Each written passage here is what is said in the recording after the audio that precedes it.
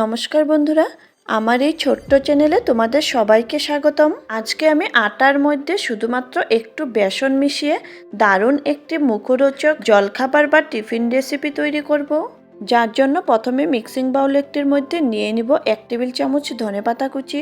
এই রেসিপিতে ধনেপাতার পরিমাণ একটু বেশি হলেই খেতে ভালো লাগে। এরপর দিয়ে দিচ্ছি 7-8টি কারি পাতা কুচি। এখানে 1 ইঞ্চি আদা গ্রেট করে নিয়েছি, এইটুকুও দিয়ে দিব।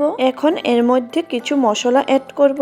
প্রথমে দিয়ে দিচ্ছি 1/2 টিস্পুন জোয়ান, তারপর দিচ্ছি 1/2 টিস্পুন গোলমরিচ গুঁড়ো, 1 টিস্পুন নুন, 1/2 টিস্পুন জিরে গুঁড়ো, আর দিব 1 টিস্পুন রেড চিলি ফ্লেক্স।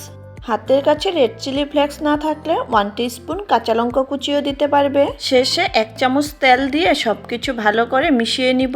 আজকের এই টিফিন রেসিপিটি আমি পেঁয়াজ রসুন ছাড়াই বানাচ্ছি। তোমরা চাইলে পেঁয়াজ রসুন অ্যাড করতে পারবে। সবকিছু ভালো করে মিশিয়ে নেবার পর এখানে 1 কাপ আটা দিয়ে দিলাম। গ্রাম হিসেবে 150 গ্রাম আটা হবে। তারপর আটার মধ্যে দিয়ে দিব 2 চামচ বেসন। বেসন দেওয়ায় এই টিফিন রেসিপিটি একটু ক্রিস্পি টাইপের হবে, যার জন্য এগুলো খেতে আরেকটু বেশি ভালো লাগবে। প্রথমে শুকনো উপকরণগুলো একবার মেখে নিব, তারপর অল্প অল্প করে জল দিয়ে মেখে নিব। এই আটার ডোটি আমরা যেভাবে রুটির জন্য আটা মাখি সেই রকম নরম করে মাখবো না, একটু শক্ত করেই মাখবো। আটার ডোটি মেখে নিয়েছি। যেহেতু এর মধ্যে বেসন রয়েছে, হাতে লেগে ধরেছে, তাই হাতে একটু তেল নিয়ে ডোটির মধ্যে লাগিয়ে নিচ্ছি। তেল লাগিয়ে নেবার পর এইটুকু ঢেকে 5 মিনিটের জন্য সেট হতে রেখে দিব। 5 মিনিট পর ফিরে এসেছি। আটার ডোটি হালকা হাতে আরও 1 মিনিটের মতো ডলে নিব। ডলে নেবার পর ডোটি দুভাগ করে আলাদা করে নিব। সম্পূর্ণ ডোটির থেকে বড় বড় করে 2টি লিচি কেটে নিয়েছি। একটি লিচি চপিং বোর্ডের উপর রেখে প্রথমে গোল করে নিব, তারপর ওপরে একটু আটা ছিটিয়ে বেলে নিব। রুটিটি বেলতে যদি গোল না হয় তাও কোনো অসুবিধে নেই, কারণ এটাকে পরে ছোট ছোট গোলাকার আকারে কাটিং করে নিব। আর এই রুটিটি বেলতে কিন্তু একদম পাতলা করলে চলবে না, এইরকম একটু মোটা রাখতে হবে।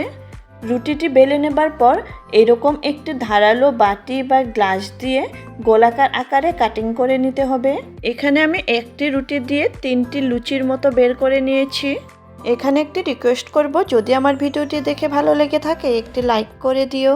আর তোমরা যদি আমার চ্যানেলে নতুন করে ভিজিট করেছো, চ্যানেলটিকে সাবস্ক্রাইব করে পাশে থাকার অনুরোধ রইল।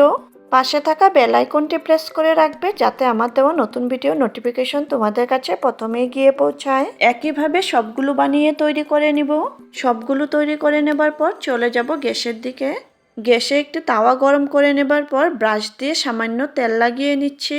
এখন তাওয়ার মধ্যে যে কয়টি লুচি দিতে পারা যায় সেই কয়টি দিয়ে দিব। আমি এখানে 3টি লুচি দিয়েছি। বড় তাওয়া হলে 4টি-5টিও একসাথে দেওয়া যাবে। গ্যাসের ফ্লেমটি মিডিয়াম রেখে 3 মিনিট ছেঁকে নেবার পর ওপর দিকে ব্রাশ দিয়ে একটু করে তেল লাগিয়ে নিচ্ছি।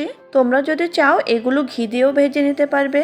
এই জলখাবারগুলো কিন্তু একটু সময় নিয়েই ভাজতে হবে, যেহেতু এগুলো একটু মোটা করে বেলেছি, তা না হলে ভিতরটা কাঁচা রয়ে যাবে। এগুলো তোমরা বাচ্চাদের টিফিন বক্সেও দিতে পারবে, আবার হাজব্যান্ডের লাঞ্চ বক্সেও প্যাক করে দিতে পারবে, কারণ এই টিফিনগুলো ঠান্ডা হবার পরও খেতে ভালো লাগে। 2 পাশটায় যখন নাকি এরকম লাল লাল কালার চলে আসবে তখনই এগুলো তাওয়া থেকে নামিয়ে নিব। একইভাবে বাকিগুলিও ভেজে নিব। এই জলখাবারগুলো তোমরা ধনেপাতা চাটনি, টমেটো কেচাপ বা চায়ের সাথেও এনজয় করতে পারবে। সত্যিই বলছি বন্ধুরা, এগুলো খেতে এতই স্বাদ হয় যে একবার না বানালে বুঝবে না। আশা করছি একবার হলেও বানাবে। আর ঘরে বানালে কমেন্টে জানাতে একদমই ভুলবে না যে খেয়ে কেমন পেলে। তাহলে আজকের মতো আসি, আবার আসবো নতুন কোনো রেসিপি নিয়ে। ততক্ষণের জন্য বাই অ্যান্ড টেক কেয়ার।